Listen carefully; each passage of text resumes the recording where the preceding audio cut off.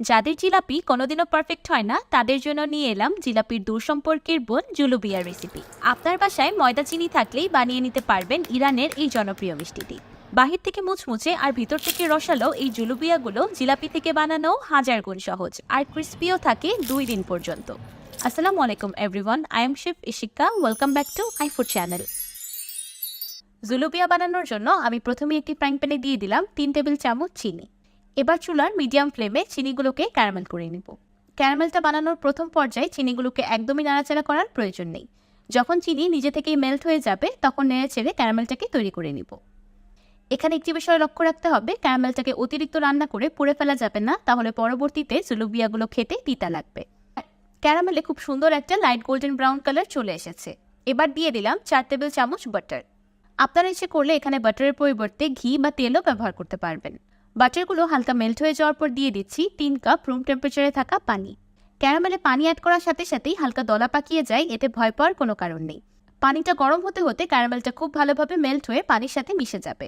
বলক চলে আসার পর আমি চুলার ফ্লেমটাকে অফ করে দিয়েছি। এবার দিয়ে দিলাম 2.5 কাপ ময়দা আর 1/2 কাপ কর্নফ্লাওয়ার। কর্নফ্লাওয়ারটা একদমই অপশনাল, আপনারা ইচ্ছে করলে স্কিপ করতে পারেন, কিন্তু যদি জুলুবিয়াগুলোকে 2 দিন পর্যন্ত মুচমুচে রাখতে চান তাহলে কর্নফ্লাওয়ারটা অবশ্যই অ্যাড করতে হবে। এবার একটি স্প্যাচুলা দিয়ে নেড়ে চেড়ে সবকিছু খুব ভালোভাবে মিক্স করে নিব। এই মিক্সিংয়ের কাজটা একটু দ্রুত করতে হবে যেন দলা পাকিয়ে না যায়। শুকনো উপকরণগুলো অ্যাড করার পর চুলার ফ্লেমটা আর অন করা যাবে না, বন্ধ থাকা অবস্থায় সবকিছু একসাথে মিক্স করে নিতে হবে। যেহেতু একদম গরম গরম ফুটন্ত পানিতে ময়দা অ্যাড করা হয়েছে, এই গরমেই ময়দাগুলো খুব ভালোভাবে কুক হয়ে যাবে। খুব সুন্দর একটা স্মুথ অ্যান্ড সফট ডো তৈরি হয়ে গিয়েছে। এবার ডোটাকে একটি বাটিতে ট্রান্সফার করে দিলাম। এবার হালকা গরম থাকা অবস্থায় ডোটাকে মথে আরও স্মুথ করে নিব। ডোটাকে হাতের সাহায্যে খুব ভালোভাবে মথে নিলে যদি কোনো দলা থেকে থাকে সেটা ভেঙে স্মুথ একটা ডো তৈরি হয়ে যাবে। ডোটাকে আমি একটু সময় নিয়ে মাখিয়ে নরম করে নিয়েছি যেন পরবর্তীতে পাইপিং ব্যাগ থেকে ইজিলি বের হয়ে যায়। জুলুবিয়াগুলোকে শেপ দেওয়ার জন্য আমি একটি 6P নজেল নিয়ে নিয়েছি। আমি জুলুবিয়ার ডোটাকে নজেল সহ একটি পাইপিং ব্যাগে ফিল করে নিয়েছি। এবার একটি প্লেটের উপর জুলুবিয়ার শেপ দিয়ে দিচ্ছি। আপনারা ইচ্ছে করলে এখানে 6P নজেলের পরিবর্তে আপনাদের পছন্দ অনুযায়ী অন্য যে কোনো ডিজাইনের নজেলও ব্যবহার করতে পারবেন। আবার ইচ্ছে করলে নজেল সম্পূর্ণ বাদ দিয়ে শুধু পাইপিং ব্যাগে জুলুবিয়ার ডোটাকে ভরেও বানিয়ে নিতে পারেন। এতে করে কোনো রকম ডিজাইন হবে না, কিন্তু জুলুবিয়া ঠিকই হয়ে যাবে। যেহেতু জুলুবিয়ার ডোটা একটু টাইট থাকে তাই পাইপিং ব্যাগ বা পলিথিন ব্যাগ যেটা ইউজ করেন না কেন ডাবল করে ইউজ করবেন যেন ফেটে না যায়। আচ্ছা, আপনারা যদি এই জুলুবিয়াগুলোকে সংরক্ষণ করে খেতে চান তাহলে একটি পদ্ধতি বলে দিই। এভাবেই প্লেটে করে জুলুবিয়াগুলোকে ডিপ ফ্রিজে রেখে দিবেন 1 ঘন্টার মতো। 1 ঘন্টা পর যখন জুলুবিয়াগুলো শক্ত হয়ে যাবে তখন জেপলক ব্যাগে ভরে বা এয়ারটাইট বক্সে ভরে এগুলোকে ডিপ ফ্রিজে সংরক্ষণ করতে পারবেন 30 দিনের মতো। যখন খুশি তখন ফ্রিজ থেকে বের করে গরম গরম ভেজে শিরাতে ডুবিয়ে খেয়ে নিতে পারবেন। আমি যতটুকু জুলুবিয়ার ডো তৈরি করেছিলাম ততটুকুতে আমার এমন 4 প্লেট জুলুবিয়া তৈরি হয়েছে। আমি রোজার জন্য বাসায় একটা স্পেশাল মিষ্টি তৈরি করেছিলাম, সেই মিষ্টিটার পাতলা শিরা অবশিষ্ট রয়ে গিয়েছে। আমি আজকে জুলুবিয়ার শিরা তৈরি করার জন্য সেই অবশিষ্ট শিরাটা ব্যবহার করছি। আপনারা যদি সেই স্পেশাল মিষ্টির রেসিপিটা দেখতে চান তাহলে আমাকে অবশ্যই কমেন্ট করে জানাবেন, আমি আপনাদের সাথে রেসিপিটা অবশ্যই শেয়ার করব। যেহেতু জুলুবিয়ার জন্য ঘন শিরা প্রয়োজন তাই আমি পাতলা শিরাতে আরও 1 কাপ চিনি অ্যাড করে দিলাম। এবার সবকিছু একসাথে খুব ভালোভাবে মিক্স করে একটি বলক তুলে নিব। জুলুবিয়ার জন্য একদম নতুন শিরা তৈরি করার জন্য 2 কাপ চিনিতে 1 কাপ পানি দিয়ে একতারের শিরা তৈরি করতে হবে। দেখতেই পাচ্ছেন আমার এখানে একটা একতারের শিরা তৈরি হয়ে গিয়েছে। 2 আঙুল দিয়ে শিরাটাকে চেক করে নিতে হবে যে একতার হচ্ছে কিনা। একতারের শিরা তৈরি হয়ে যাওয়ার পর দিয়ে দিচ্ছি 1 চা চামচের মতো লেবুর রস। এতে করে ঠান্ডা হয়ে যাওয়ার পর শিরাটা ক্রিস্টালাইজ হতে পারবে না। এবার চুলার ফ্লেমটাকে অফ করে শিরাটাকে সাইডে রেখে দিব ঠান্ডা হয়ে যাওয়া পর্যন্ত। জুলুবিয়াগুলোকে ভাজতে ভাজতে শিরাটা সম্পূর্ণ ঠান্ডা হয়ে যাবে। জুলুবিয়াগুলোকে ভাজার জন্য আমি একটি প্যানে পরিমাণ মতো তেল দিয়ে একদম হালকা গরম করে নিয়েছি। এবার তেলে দিয়ে দিচ্ছি তৈরি করে রাখা জুলুবিয়া। জুলুবিয়াগুলো ভাজার সময় চুলার ফ্লেমটা একদমই লোতে থাকবে। সময় নিয়ে আস্তে আস্তে জুলুবিয়াগুলোকে ভাজলে ভাজাটা যেমন সুন্দর হবে তেমনি দীর্ঘ সময় পর্যন্ত মুচমুচেও থাকবে।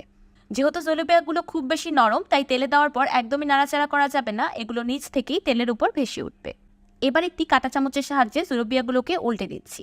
আমার ভাইরাল তুর্কির জনপ্রিয় তুলুম্বা মিষ্টি বানানোর পর আমাকে অনেকেই রিকোয়েস্ট করেছিলেন ডিম ছাড়া এমনই একটি মিষ্টি তৈরি করে দেখানোর। তাদের জন্য আমার আজকের এই পারফেক্ট জুলুবিয়া রেসিপিটি।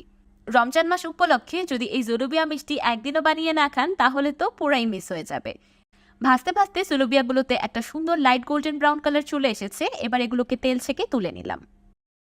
শিরাটা তৈরি করার সময় আমি ফুড কালার দিতে ভুলে গিয়েছিলাম, তাই শিরাটা ঠান্ডা হয়ে যাওয়ার পর আমি 2 ফোঁটার মতো অরেঞ্জ ফুড কালার শিরাতে অ্যাড করে দিয়েছি। চুলা থেকে নামানোর সাথে সাথে গরম গরম জুলুবিয়াগুলো ঠান্ডা শিরাতে দিয়ে দিলাম।